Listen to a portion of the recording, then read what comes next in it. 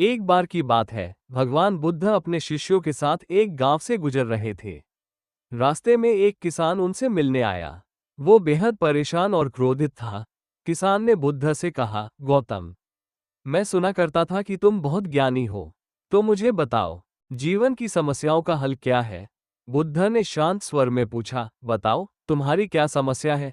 किसान बोला, मैं बहुत मेहनत करता हूँ, लेकिन फसल कभी मौसम की मार झेलती है, तो कभी कीटों का शिकार हो जाती है। कभी फसल अच्छी होती है, तो बाजार में दाम गिर जाते हैं।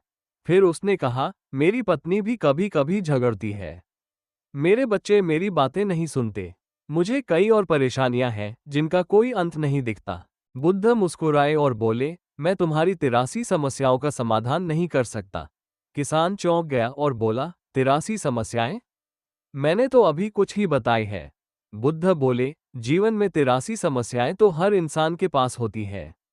कोई समस्या हल होती है तो दूसरी आ जाती है।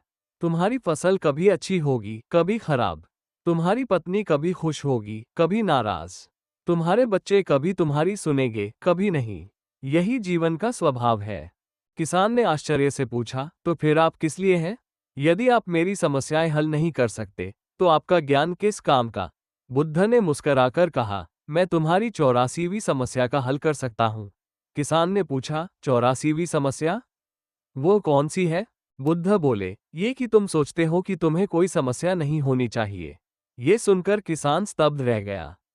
पहली बार उसे एहसास हुआ कि समस्याएं जीवन का हिस्सा है, लेकिन उनका दुख मन की उपज है।